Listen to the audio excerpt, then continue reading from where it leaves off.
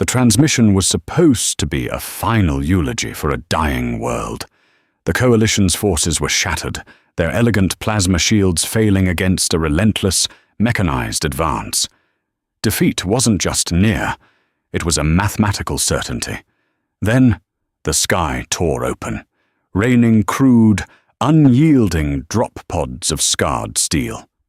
Commander Zalen stared at the tactical holomap, the pale blue light casting long, hollow shadows across his scaled face. The command bunker beneath the capital city of Kerix Prime shook violently, dislodging a fine layer of dust from the reinforced ceiling. Every tremor was a testament to the Kalan hegemony's orbital bombardment, a brutal symphony of destruction that had been playing uninterrupted for 6 planetary cycles. The coalition of allied worlds was losing. It was not a failure of courage, but a simple, brutal failure of physics. The Kalan hegemony, a race of heavily cybernetic expansionists, possessed energy weapons that simply overpowered the Coalition's deflector shields. The hegemony marched in perfect, terrifying synchronization. They felt no fear, required no sleep, and calculated every engagement with cold, algorithmic precision. Out on the Ashen Plains, just 30 kilometers from the bunker, the last remnants of the Coalition's Fourth Army were being systematically disassembled. "Commander," Lieutenant Vore hissed, his mandibles clicking in distress. "The eastern flank has collapsed. The hegemony shock troopers have breached the secondary energy perimeter. They will reach the city gates in less than 2 hours." Zalen closed his primary eyes, letting out a slow, heavy breath. "Have the civilian transports launched?" "Only half of them, sir. The orbital blockade is too thick. If the hegemony breaks through the city defenses, millions will be trapped in the crossfire." It was over. The Grand Coalition, with its 1,000 years of art, philosophy, and refined warfare, was going to be erased by soulless machines. Zalen reached for the console to initiate the general surrender protocols, a heavy weight pressing down on his chest. It was the only way to spare the civilians from total annihilation. "Sir, I am detecting a localized slipspace rupture in the upper atmosphere," the communications officer shouted, his voice cracking with sudden, desperate confusion. "It's not hegemony signatures, it's... I don't recognize the transponder codes." Zalen frowned, pulling up the orbital telemetry. A massive tear in the fabric of space-time had violently ripped open, venting Cherenkov radiation across the black sky. From the glowing anomaly emerged a fleet, but they were not the sleek, aerodynamic silver cruisers of the Coalition High Command. These ships were ugly. They were brutal, blocky behemoths, constructed of thick, dark grey armor plating. They lacked the elegant, glowing nacelles of advanced civilizations, instead trailing massive, dirty plumes of chemical exhaust and raw plasma. Their hulls were scarred, pitted with micrometeorite impacts and the burns of previous, violent encounters. "Identify them," Zalen ordered. "Audio transmission incoming. Unencrypted radio frequencies," the officer replied, routing it to the bunker's main speakers. Static hissed, harsh and grating, before a deep, heavily accented voice cut through the noise. "Coalition Command Kerix, this is Major Richard Sterling of the United Nations Space Command, 104th Expeditionary Force, aboard the UNSC Broadsword. We received your distress beacon. Apologies for the delay. We had to punch through a hegemony picket line in the outer system. What's your status?" A heavy silence fell over the bunker. Humans, Terrans. The Coalition had only recently made contact with the species from the outer spiral arm. They were a fractured, volatile race, barely a century into faster-than-light travel. Their technology was considered primitive. They still relied on kinetic ballistics and explosive chemical reactions rather than directed energy. The High Command had dismissed them as aggressive, hyperactive apes, unworthy of full integration into the galactic military structure. "Major Sterling," Zallen said, his voice measured despite the surging panic. "This is Commander Zallen. Your arrival is unexpected. But you must retreat. The hegemony has overwhelmed our defenses. Their energy shields are impenetrable to standard weaponry. We are initiating surrender protocols." The radio crackled with a sound Zallen had never heard from a military commander, a low, dry chuckle. "Negative, Commander. We didn't burn 300 light-years to sign a surrender treaty on our first day. Keep your boys in their trenches and keep your heads down. We're dropping in the vanguard." "Major, you do not understand. Your kinetic weapons will not—" The channel went dead. On the holomap, the human fleet didn't adopt a standard orbital bombardment formation. Instead, the massive dreadnoughts rolled onto their sides, exposing their armored underbellies to the planet. Thousands of tiny metallic specks deployed from their launch bays. "They are firing debris at the planet?" Vore asked, baffled. "Not debris," Zallen whispered, watching the telemetry zoom in. "Drop pods. They are firing themselves."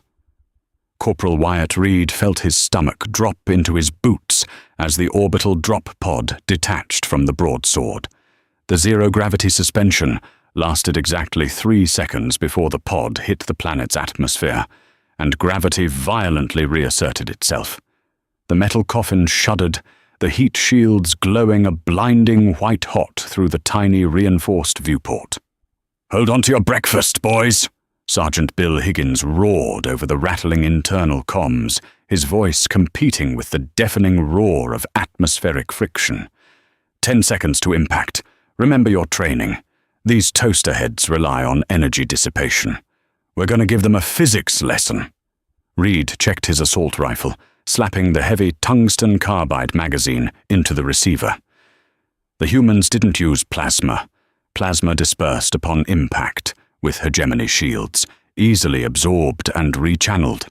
Humans used solid matter, accelerated to Mach 6. The pod slammed into the soft earth of the Ashen Plains with bone-jarring force. The explosive bolts blew the doors outward before the dirt had even settled. "Move, move, move!" Higgins barked, kicking the nearest soldier forward.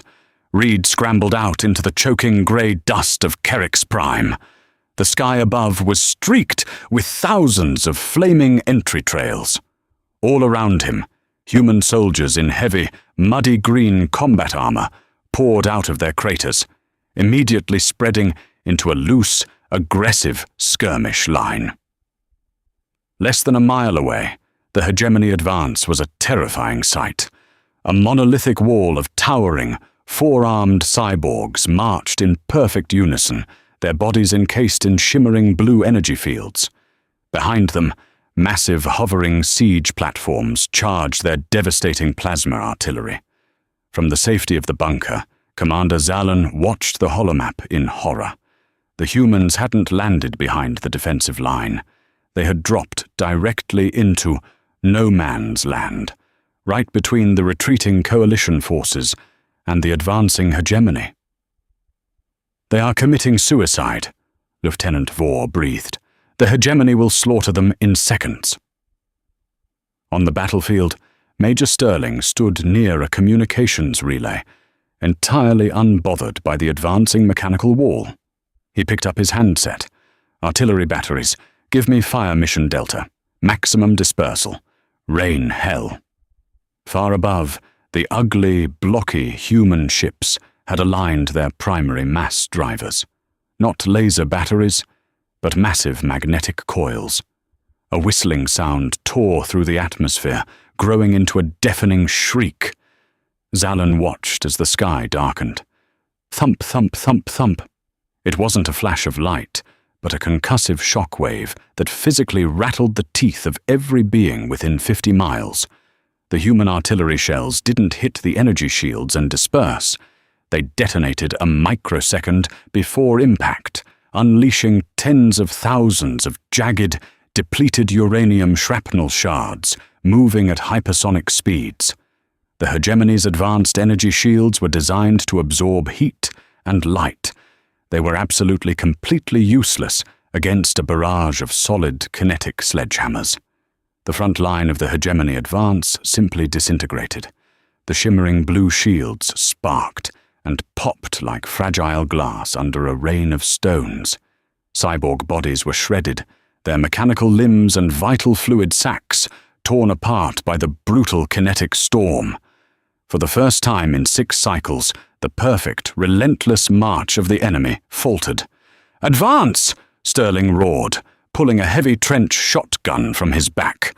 The humans didn't march in formation. They bounded forward in chaotic, overlapping fire teams, using the fresh artillery craters as cover.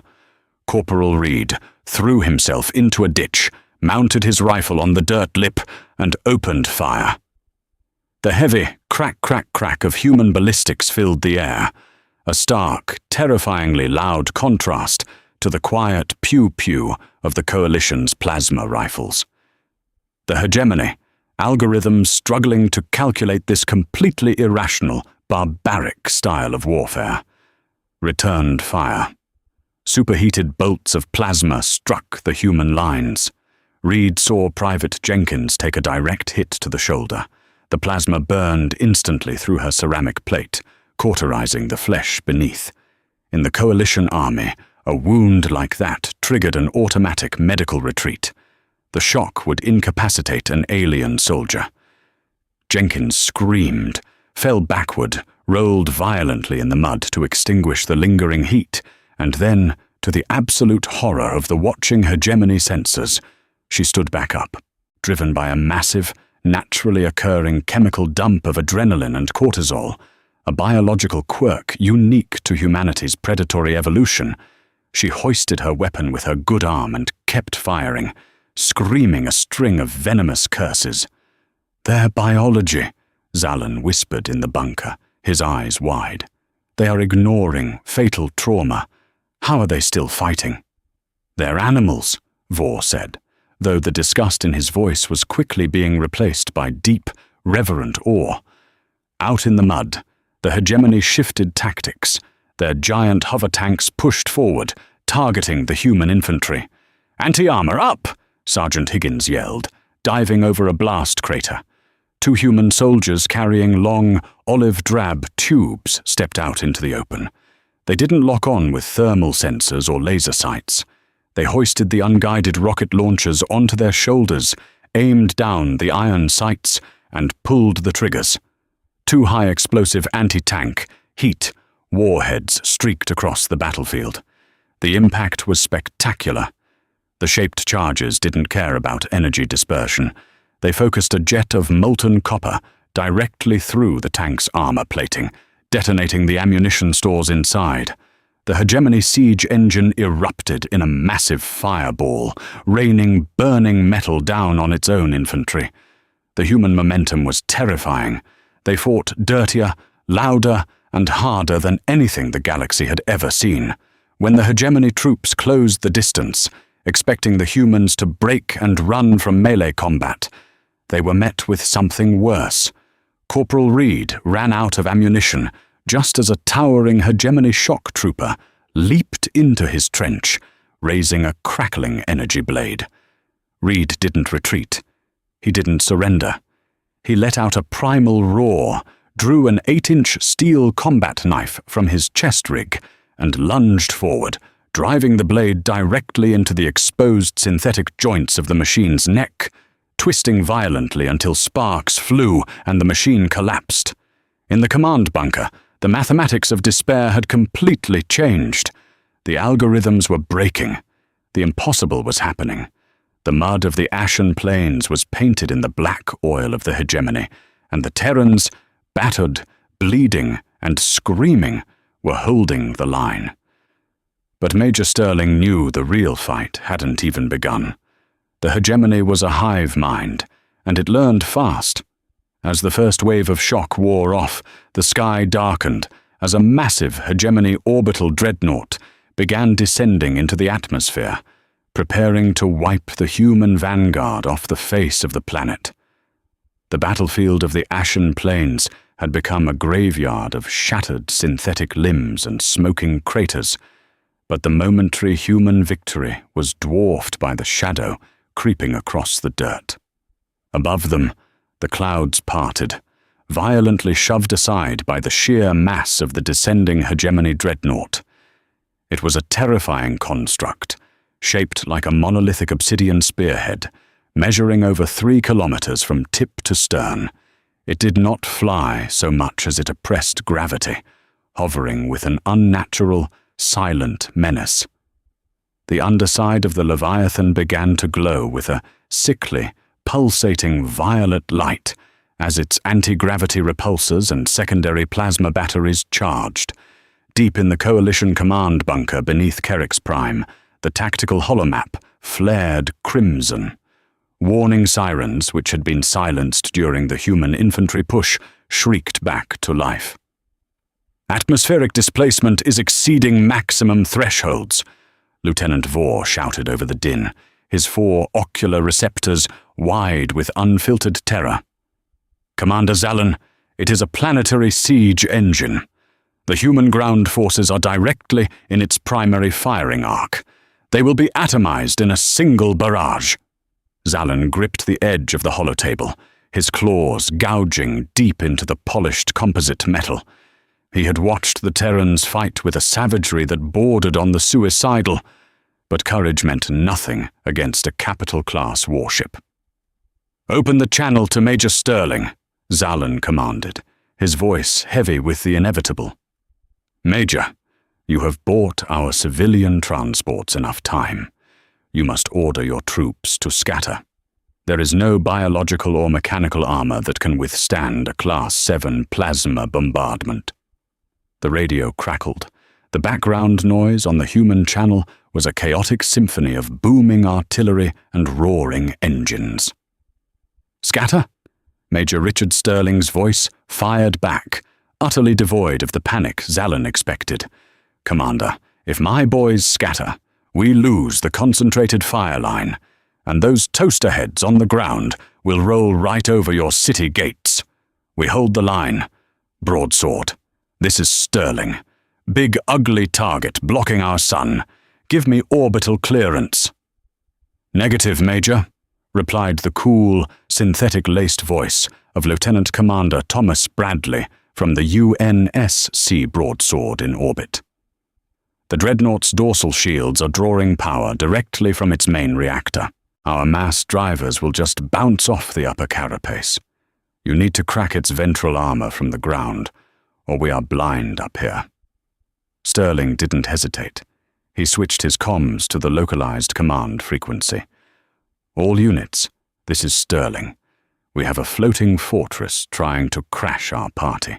Switch from fragmentation to thermite and armor-piercing incendiary. Force them to overheat."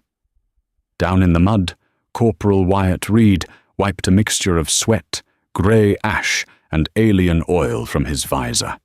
The air pressure dropped as the dreadnought above began cycling its weapons. Beside him, Sergeant Bill Higgins was already slapping a magazine featuring a bright red band into his heavy assault rifle. "You heard the man, Reed," Higgins bellowed, racking the charging handle. "Burn 'em down."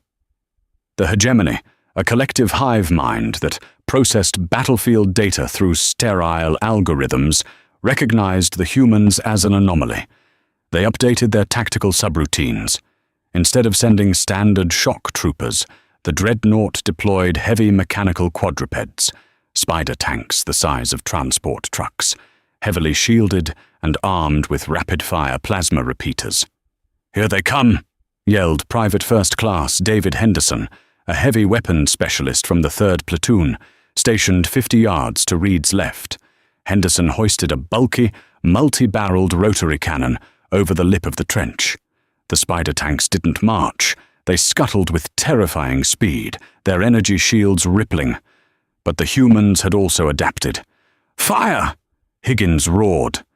The human lines erupted, but this time they didn't fire solid slugs. They fired white phosphorus and specialized thermite rounds. The hegemony's energy shields were designed to stop high-velocity impacts, and dissipate directed energy. They were completely unprepared for sticky, burning chemicals that clung to the outer edge of their energy bubbles, burning at temperatures exceeding 4,000 degrees Fahrenheit. The spider tanks advanced, but the burning thermite rapidly overwhelmed their shield generators. The shields didn't shatter, they overheated, trapping the immense thermal energy inside the bubble. Sensors flared, circuits melted, and one by one, the massive war machines began to stagger, their internal coolant systems boiling over before the shields collapsed entirely, leaving them vulnerable to standard explosive rockets. Watching from the bunker, Vor was speechless. They are weaponizing our enemy's own defensive fields against them. By increasing the ambient temperature on the shield surface, it is barbaric, yet mathematically brilliant. "They are not doing math, Lieutenant," Zelen whispered, awestruck. "They are doing what predators do. They are finding the weak point and tearing it open." But the dreadnought above had finished charging. A beam of violet plasma, wide as a city block, tore from the underside of the ship and struck the eastern edge of the human line. The Earth didn't just explode, it vaporized. The shockwave lifted Reed off his feet, throwing him violently against the rear wall of the trench. Dirt, rocks, and the shattered remnants of human armor rained down across the battlefield. When the blinding light faded, a smoking crater 100 meters deep was all that remained of the Fifth Company. A heavy, oppressive silence fell over the Coalition bunker. Zalen lowered his head. No species could withstand those losses without breaking. Retreat was the only logical programmed response. On the human comms channel, there was a momentary burst of static. Then, a voice cut through. It was Staff Sergeant Mitchell Hayes, coughing violently, his voice raw. "Command, this is Hayes. Fifth Company is gone. We have a breach in the eastern flank." "Can you hold, Sergeant?" Sterling asked. "We're humans, Major," Hayes spat back, the sound of a heavy machine gun spinning up, echoing behind his voice. "We're too stupid to know when we're dead. Send us reinforcements and tell those pilots to get off their asses." Above the battlefield, the atmosphere screamed. Captain Sarah O'Connor, call sign Valkyrie, pushed the throttle of her F-99 Broadaxe strike fighter past the red line. The Broadaxe wasn't an elegant starfighter.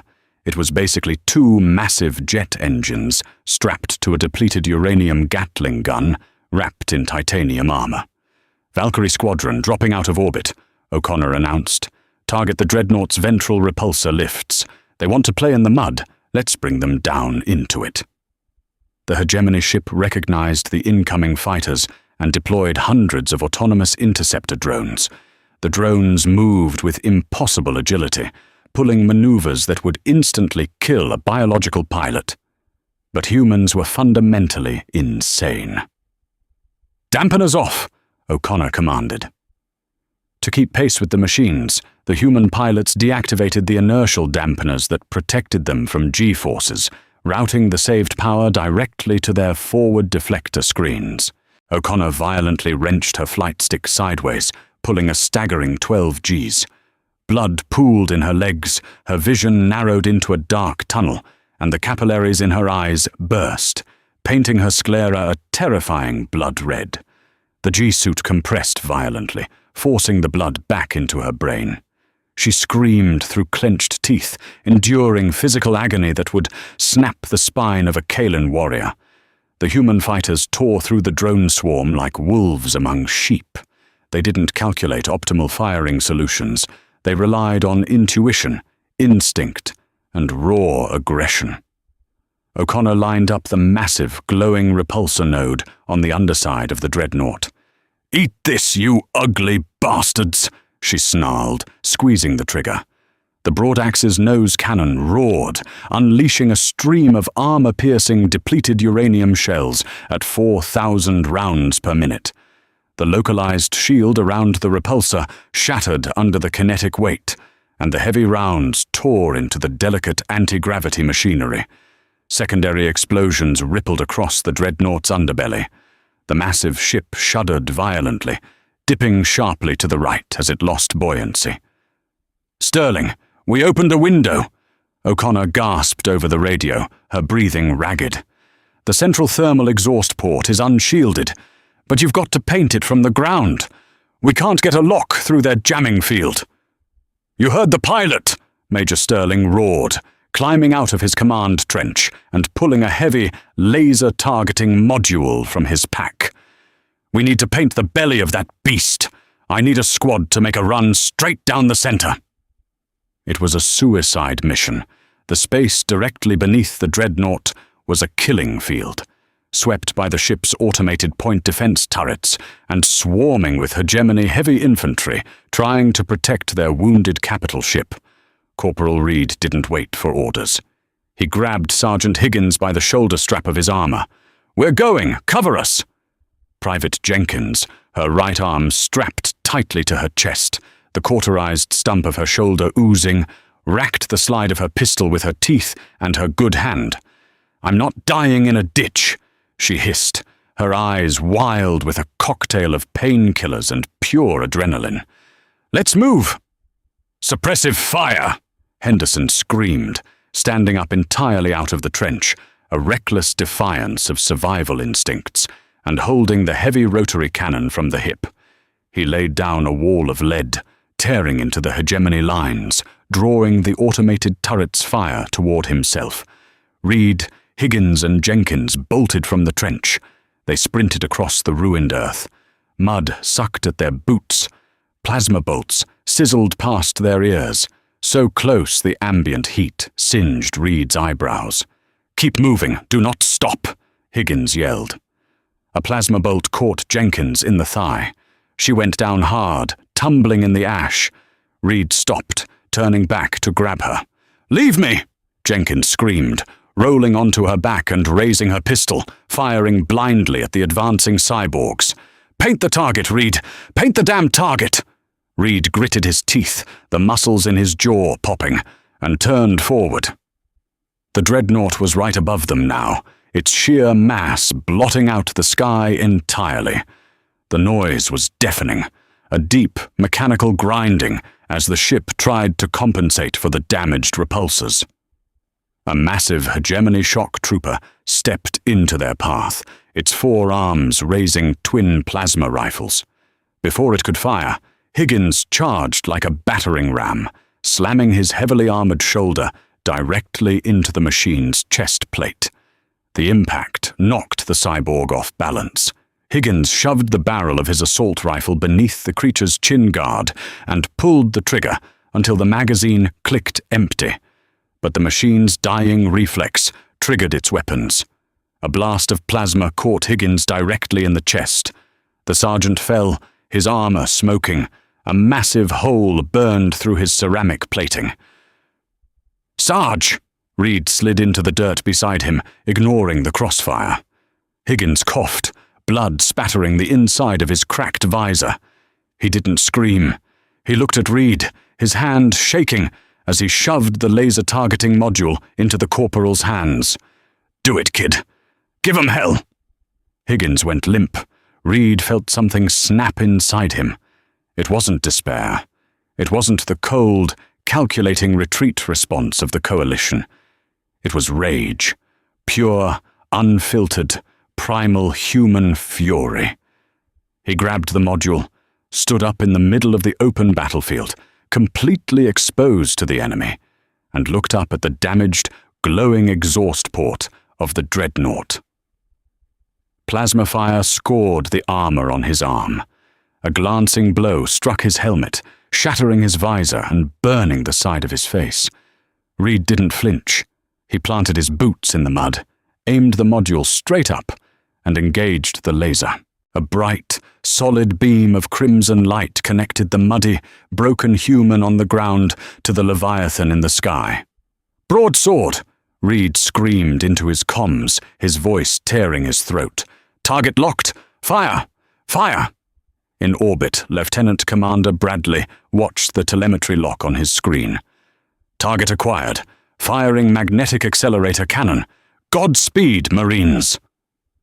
Deep inside the broadsword, massive magnetic coils pulsed. A solid 3-ton rod of depleted uranium was accelerated to a fraction of the speed of light. It crossed the distance from orbit to the atmosphere in less than a second. The impact did not make a sound. It simply erased all noise, replacing it with a localized earthquake. The Mac round struck the dreadnought precisely where Reed's laser had pointed, punching straight through the unshielded exhaust port, traveling up the central spine of the ship, and violently detonating the main plasma reactor. From the bunker, Zallen and Vor were thrown to the floor as the shockwave hit the city. On the monitors, the 3-kilometer-long dreadnought bulged outward.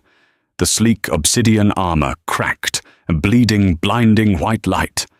Then, the beast broke. The sky ignited as the dreadnought blew apart into 1,000,000 burning pieces, raining down fire and metal across the ashen plains. The command node for the local hegemony hive mind was vaporized in an instant. Down on the ground, the remaining hegemony forces suddenly stopped. Without the dreadnought's processing power coordinating their algorithms, the cyborgs lost their perfect synchronization. They stumbled. They looked around, their mechanical heads twitching erratically.